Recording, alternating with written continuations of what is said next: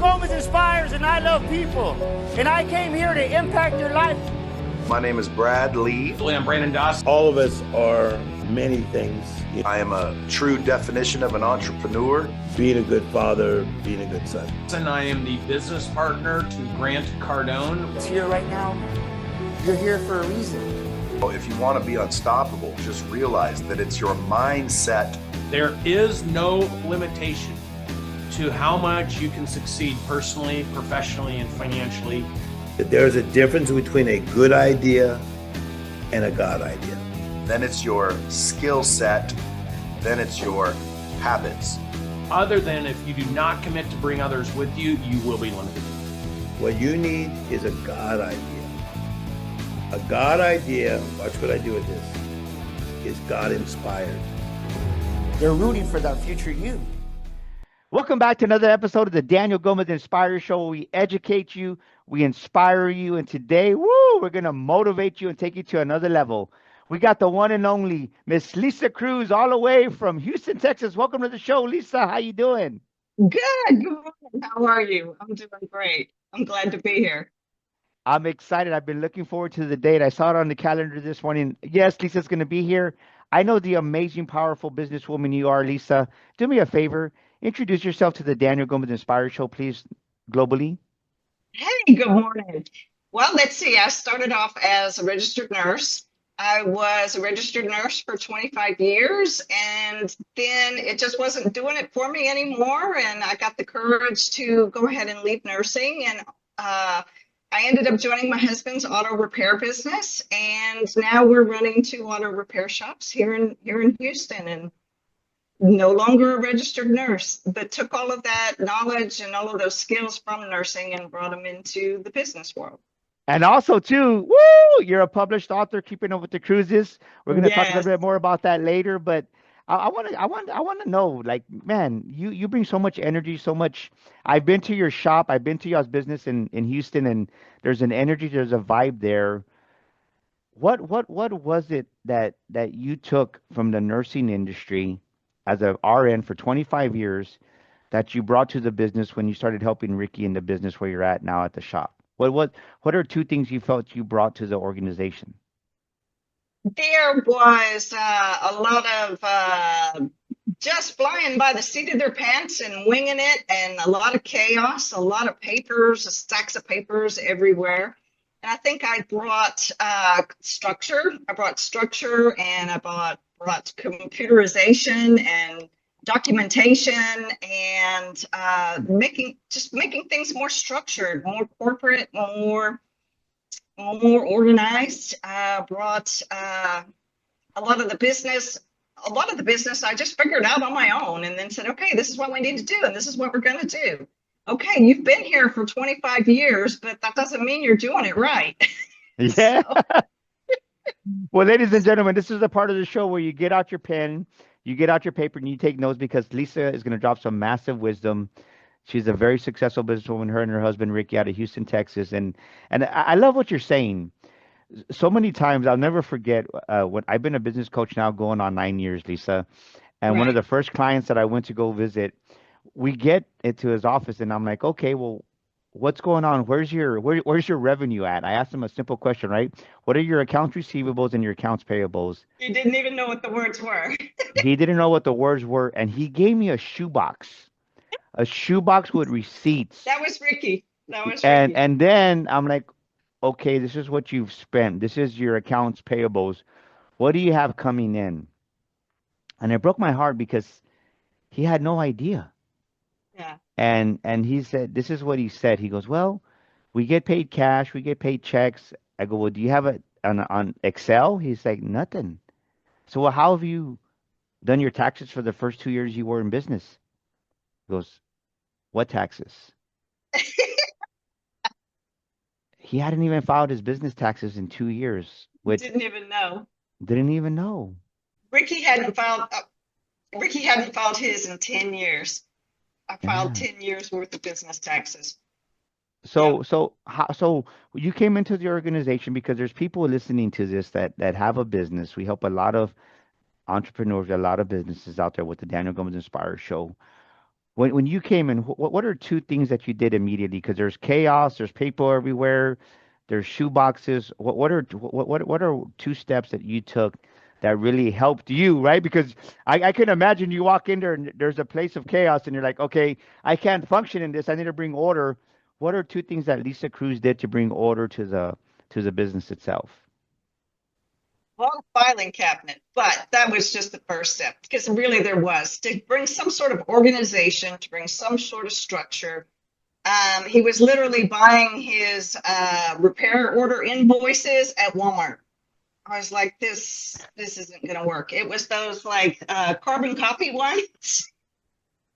But now we're computerized.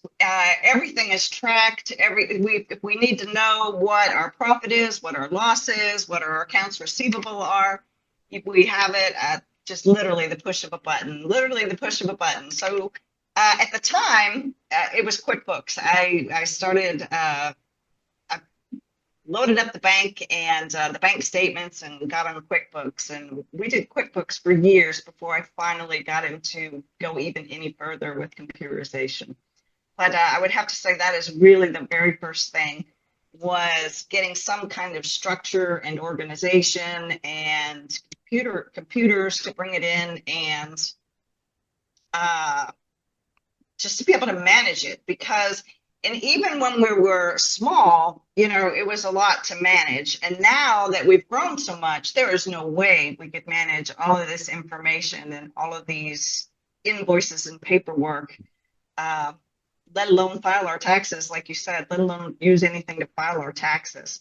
So I remember we had these, he didn't have anything, and I wanted to bring in clipboards. I wanted to use clipboards, a clipboard for each car. And he was like, no, you're not spending money on clipboards. And I was like, okay, yes, I am. I'm going to go buy them with my own money. Because he didn't even want to buy a clipboard. And so off of a pen and a paper, that was how he ran his business. And now it's much more complex, much more complex. And the more complex it gets, the more strategies to not pay taxes and to increase the profit margin and all that sort of stuff. I love it. I love it. So think about this, ladies and gentlemen. Think about what Lisa's talking about. Are you scared to invest in your business? Listen to what she said. Ricky didn't want her to buy the clipboards. Lisa wanted the clipboards. But Ricky at the time, not anymore, he maybe saw it as a cost instead of seeing it as an investment.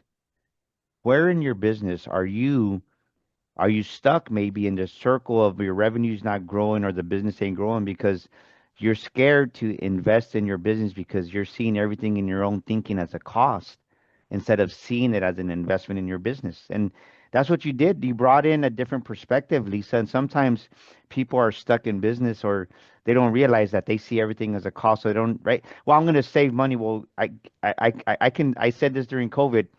You can save yourself broke because if you're not investing in the business, how do you expect the business to grow? To grow. Yeah, it's scary. It is. It's scary. That's like when revenue is down, they're like, okay, you need to run ads. And you're like, no, I just finished telling you I don't have any money. In fact, one of our very first things that we did as far as marketing was, and again, Ricky didn't want to do it. And I think it was $400. I think it was $400 a year to join the Chamber of Commerce. And he was like, no, I'm not doing that. And I'm like, yes, we are. And I think I put it on my own personal credit card because back in the beginning, I was still a nurse. I had my own income. And I'd be like, okay, well, you're not going to do it. Well, then I am. And I did. We joined the Chamber of Commerce. I think it cost us $400. But man, the amount of income and revenue that it has given us over the years is obviously well worth the $400 a year investment.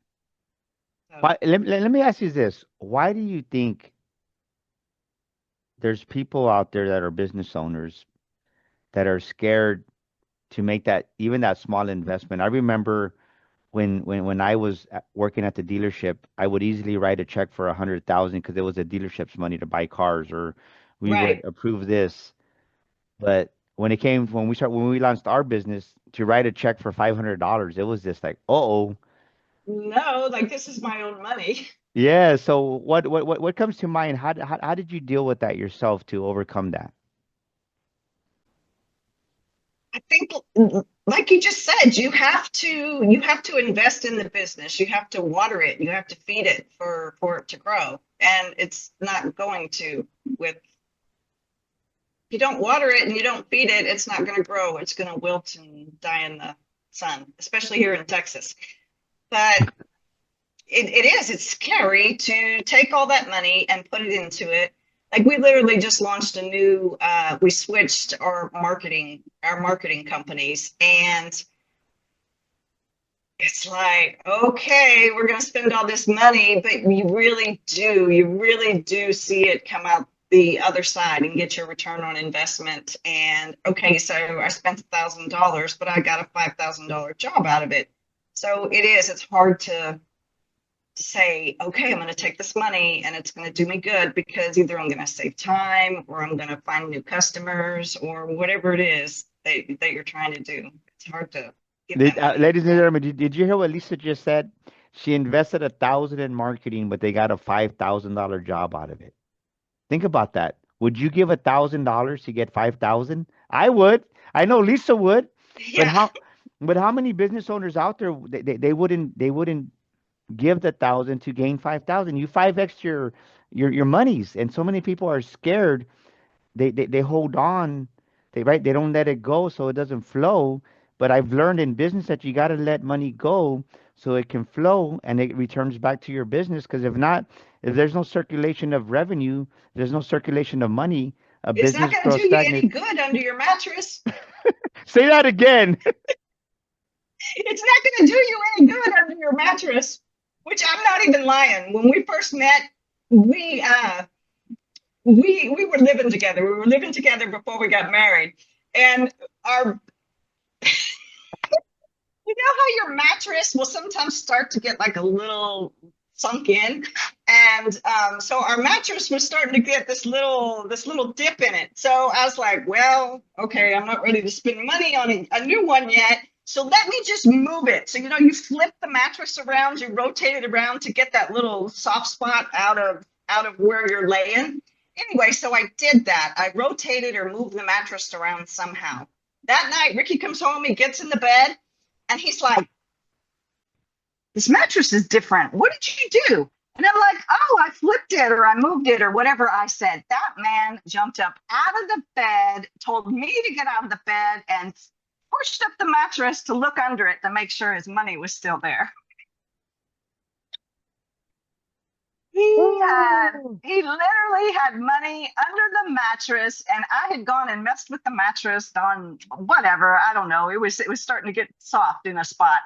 And he's like, wait, what? You moved the mattress? And so he gets up under there to make sure his money's still there. I'm like, why is there money under there? Did you Why see is the there money money? did you see the money when you were I flipping didn't the even mattress? see it because I didn't actually flip it. I just like rotated it.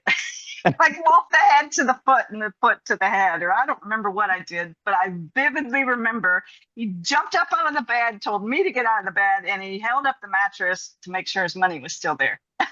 Wow. But it's Wow. not going to do you any good under the mattress. Like, what is it even doing there? Yeah. And that story, I can relate to that because I remember when we started back in 8 years ago already, that $500 was a lot of money. It And, was. and I remember when when we got the first invoice for 1,000, I was literally like, it was nerve-wracking because out of our own monies, we had never done that. But the first time you do it, it doesn't feel too good. But the second time you do it, it gets a little easier. Yeah, And then the it third does. time you do it, and now we pay $500 invoices, $1,000 invoice like they're nothing. And not that they're nothing, but they're a lot easier to pay. Right. What would you say to someone out there right now listening to this amazing episode that is struggling to pay those $500,000 invoices? What would you say to that business owner right now, that entrepreneur, Lisa? Someone that is struggling to To pay. pay that, like, right? They get the $500 invoice or the 1,000. They have the money in the bank, but they wait the 45-day Oh, net or the 60-day net when right. they're not Well, paying their bills on time or they want to ahead hold of on time. to it. Right. They just want to hold on to it. Man, it's so hard. But me, I'm just very, very optimistic. And I have this just assumption that everything is always going to work out. My my dad has this saying about me. In fact, he said it to me the other day. Uh, Not that I had done anything recently, but he's like, I remember when you were younger, I would say to you, you have this magical way about you that you step in shit and you come out smelling like roses. Like somehow you can get yourself into the biggest mess, Lisa, and somehow you always figure it out and you come out just smelling like roses and shining, and nobody ever knows that you stepped in poop. So anyway, so that to me, that maybe that's just my outlook on life. Because Yeah. it just really is. It's gonna be okay. It's gonna work out. It's scary, but just do it. Just do it. And I don't know, it sounds like a Nike commercial, but it's the truth. It really will be okay and it will all work out.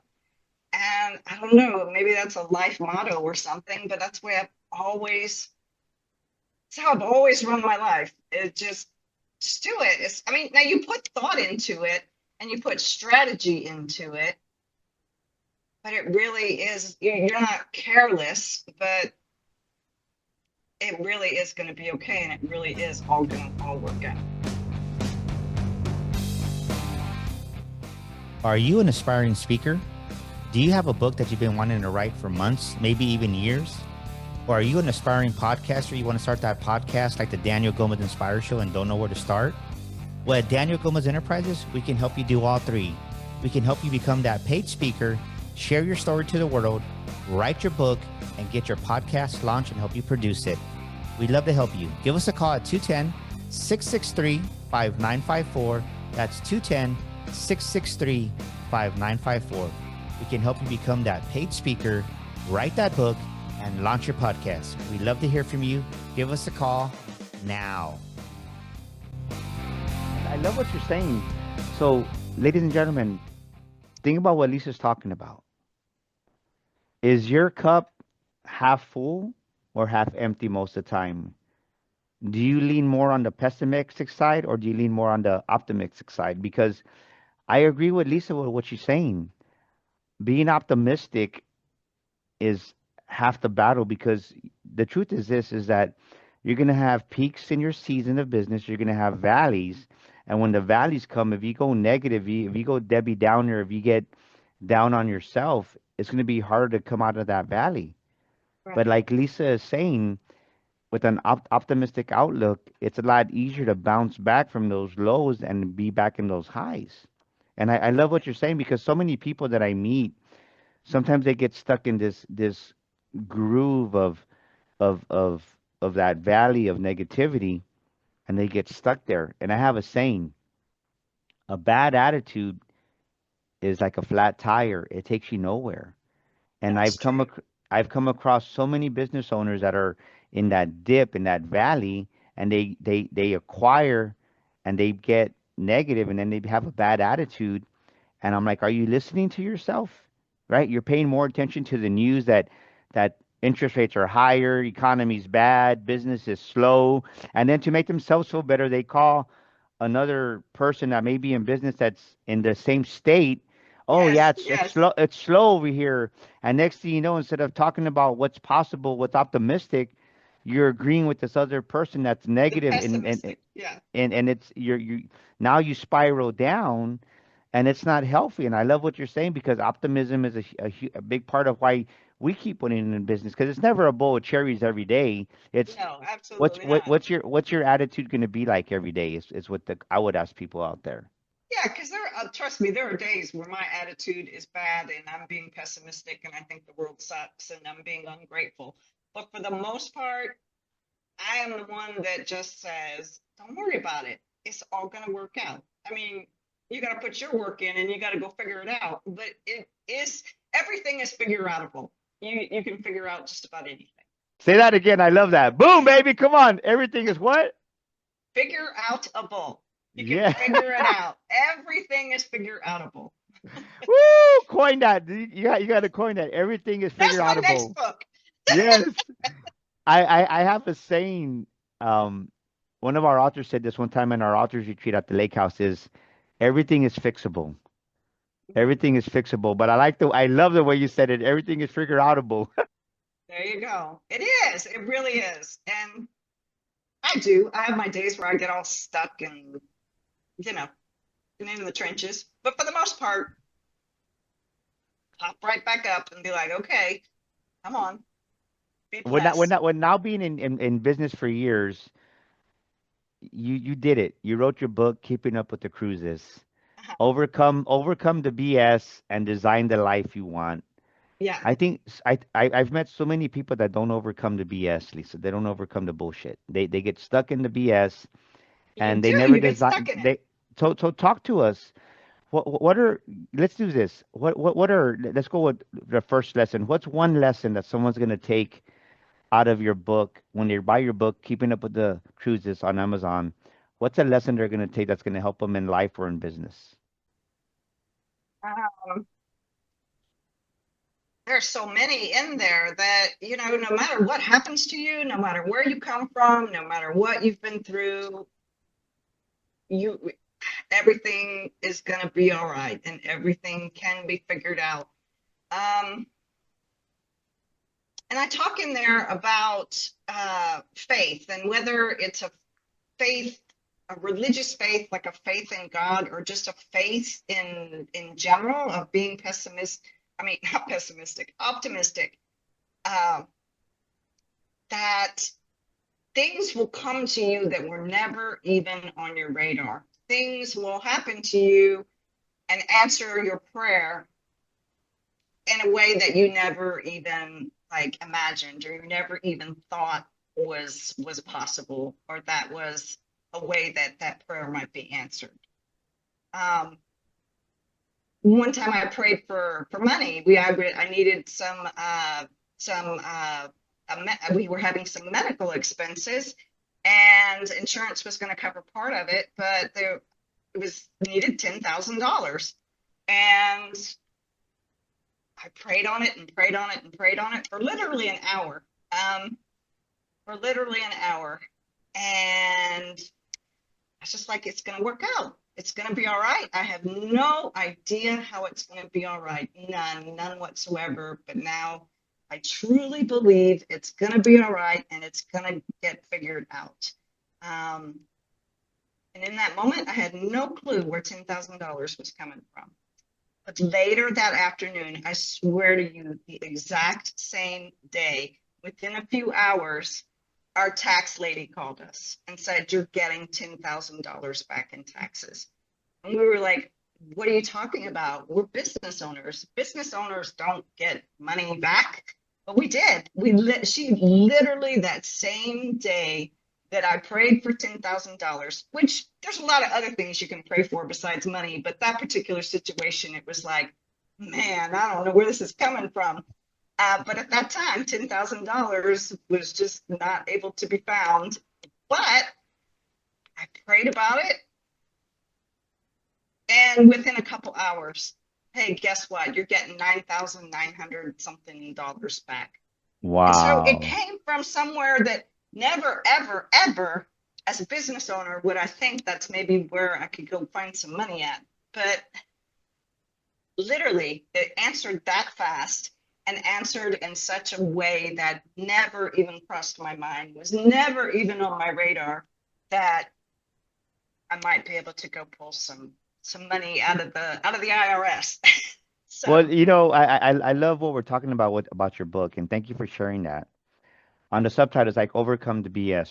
What is some of the BS you personally had to overcome to finally design the life that you wanted? What's some of the BS you had to overcome in your life? most of them, Because we see you now on social media, you're rocking it. Y'all are traveling all over the world. Y'all are successful, and you and Ricky have fun. Y'all generally have fun. I love seeing y'all's posts. but people don't see the BS you had to overcome. So pertaining to Most of your the book, BS is in your own head.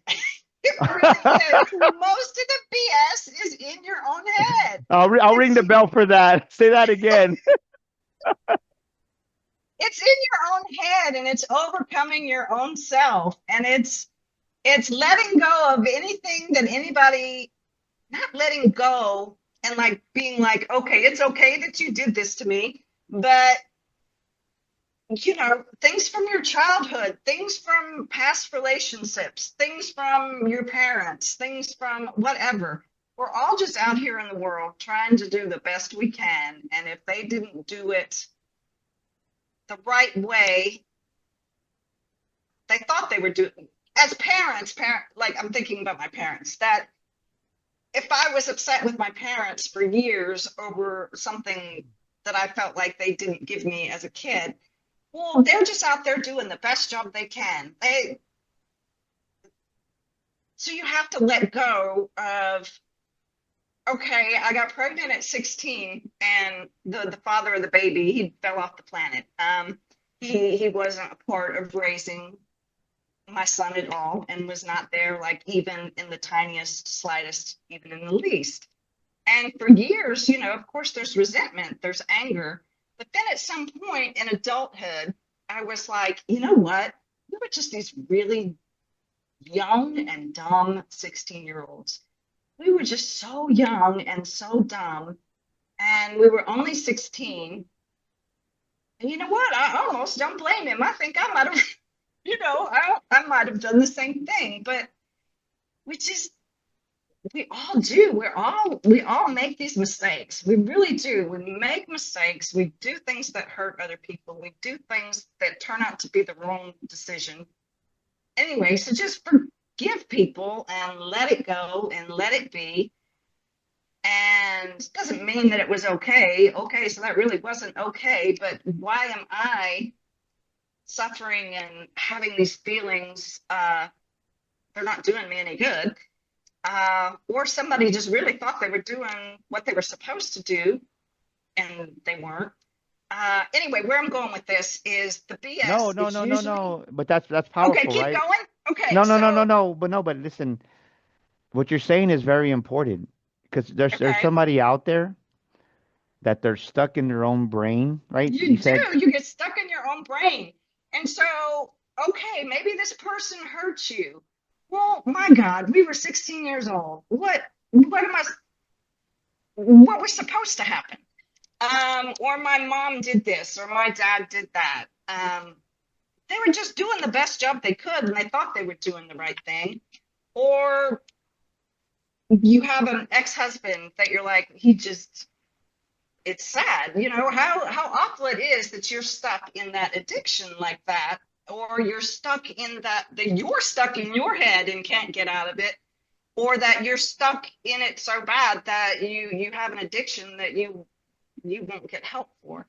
So you just have to let it go. Just let it go and move on from it. And well, I love what you said. You realize at some point in your adulthood that you were holding on to resentment, and you had to forgive your son's father. Right. How many people right now, listen to this, ladies and gentlemen, you're listening to this episode for a reason. Lisa didn't bring this up by accident. There's a reason it surfaced. What resentment are you holding on to from childhood? What unforgiveness are you carrying around? Maybe you're 30 years old and you've been carrying it for 15 years. Maybe you're 50 years old and you've been carrying it around for 40 years. Maybe you're 60 years old and you're still resentful, right? You became bitter. You're a bitter old man because you haven't let something go from 45 years ago. That was me. I had to forgive my dad. I was angry at my dad because the way he treated my mom when I was a kid. And I didn't realize I would go from 0 to 60 in anger because I had so much resentment towards my dad. And I finally, the freedom started coming when I let him go. What I didn't realize is it was in layers like an onion, and I had to go deeper in forgiving and releasing that. But I thank you for being transparent and sharing that because there's so many listeners right now that are listening to this amazing episode, and they're like, why is my life stuck? Why is my business not going anywhere? Well, let me tell you, resentment and unforgiveness will keep you stuck in life, and it'll keep your business from growing, because God can't bless a bitter business. God can't bless a bitter soul.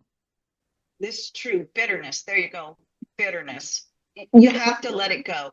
And then, okay, so I talked about other people. The other person you have to stop resenting and being bitter with and angry with and not forgiving is yourself. I mean, and some of the things that you're ashamed of or holding on to or angry at yourself for, like why? That you didn't know. You didn't know. I forget how it goes, but there's something like you have to forgive yourself for not knowing then what you know now, or something like that.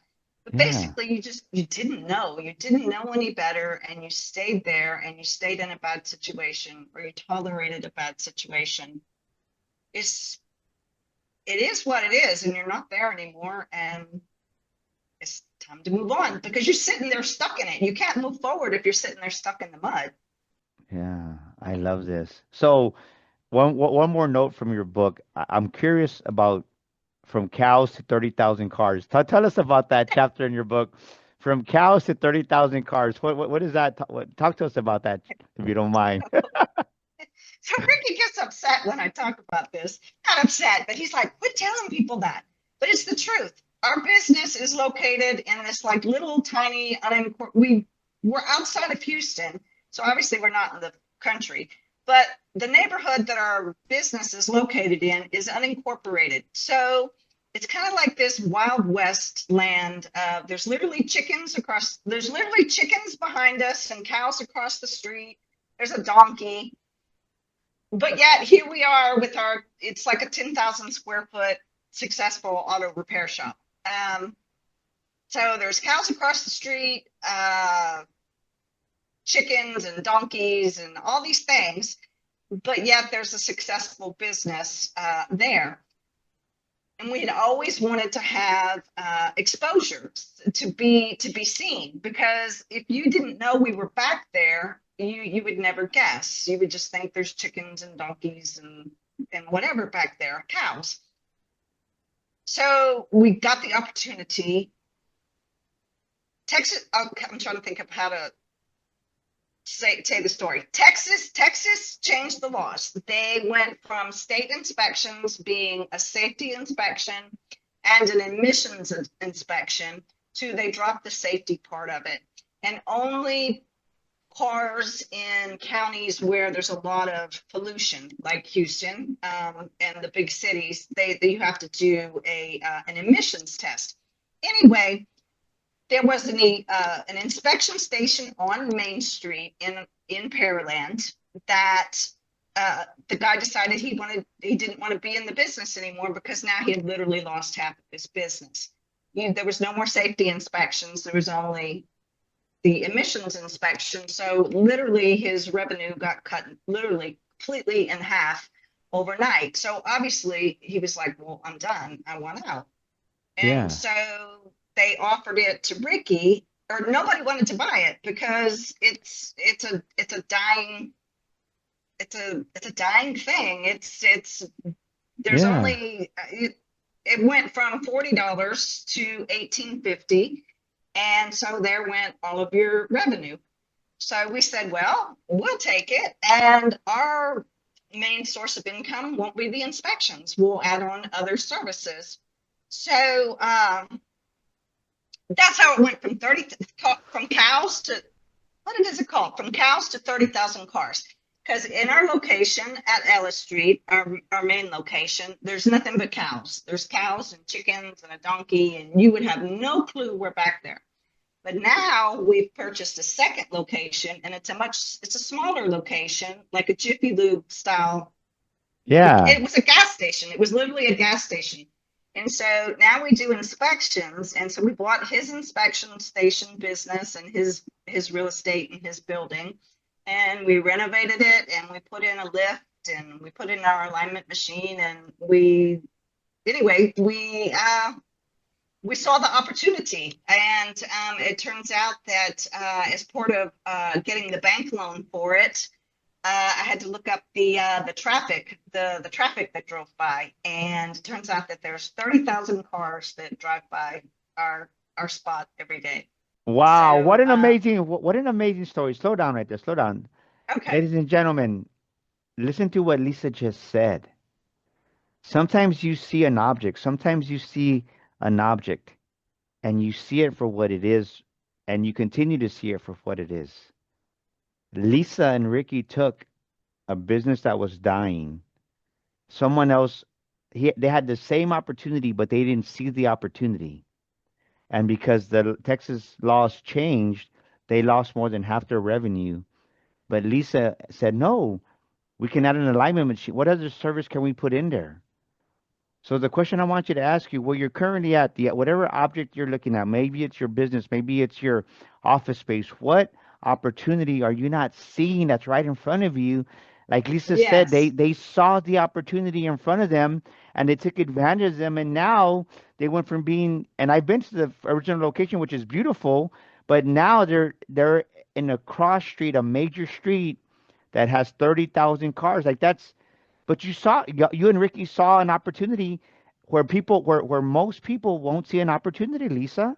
Right. And the crazy thing is we're discovering it's a whole lot easier to run a small service station than it is a full-blown auto repair shop. So, yeah, that full-blown auto repair shop has a lot of moving pieces, a lot of moving parts, and it can give us a lot of headaches sometimes. And the smaller shop does too, but the simplicity of it is makes it actually easier to run. So it's kind of crazy. But Yes, well, it's been an amazing time with you. And before we land the ship here, I want to ask you this question: what is a scripture or a quote that Lisa Cruz relies on during times of adversity? What's a saying, a scripture, or a quote that you rely on in times of adversity that you can share with our audience? I think I said it earlier that everything is figure-outable. Everything really is going to be okay. It's gonna work out. Just be positive and have faith. And the more positive energy you send out into the universe, it's just gonna come. It's gonna come right back to you, and it's gonna fix it. And it's Woo! Boom, baby! work out. Everything is Figure-outable by Lisa Cruz. Go out right now to Amazon, get a copy of her book. It's in hard copy, it's in paperback, it's in Kindle. Get a copy. Keeping Up with the Cruzes.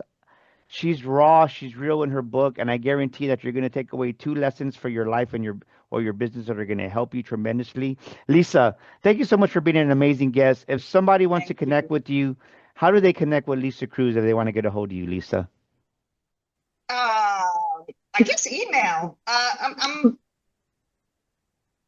Yeah, email.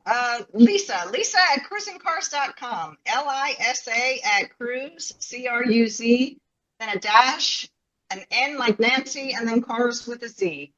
Lisa at Awesome. cruisingcars.com. You can And we'll probably just put, find me through the website too, but anyway. yeah, and we're going to put all your information in the show notes. So remember, send an email out to Lisa. She wants to hear from you. And go get a copy right now on Amazon of her book. I guarantee you're going to love it. You won't regret it. Lisa, thank you for being an amazing guest here on the Daniel Gomez Inspire Show. And ladies and gentlemen, thank you for making our podcast one of the top in the world globally. The Daniel Gomez Inspire Show wouldn't be here without you. And if you've been thinking about being a speaker, if you've been thinking about sharing your stage, coming up in September here in San Antonio, the 17th, 18th, and 19th, our Sticker Shock Speaking Academy, where we take you from unpaid to paid, and we help aspiring speakers just like you get on stages. So we want to see you here in San Antonio, Texas in September at Sticker Shock Speaking Academy. Until next week with another amazing guest here on the Daniel Gomez Inspire Show. Thank you for tuning in, and thank you once again, Lisa, for being with us here today. Thank you. Thank you. All right. Everybody says to me, I am of God's economy. No one's going to buy your product. No one's going to buy your service until they buy you first. I'm not up here because I did it. I'm up here because greater is the power behind me, which is Almighty God, than any task in front of me. say this, I must open my heart to receive the message. See, the change has to happen here before it happens here. Because if you're here and you don't open your heart to what God has for you today, you're going to miss it. I want to anchor this in your heart. I want to anchor this in your soul. I'm going to leave here today with my heart empty because I'm going to pour it all into you.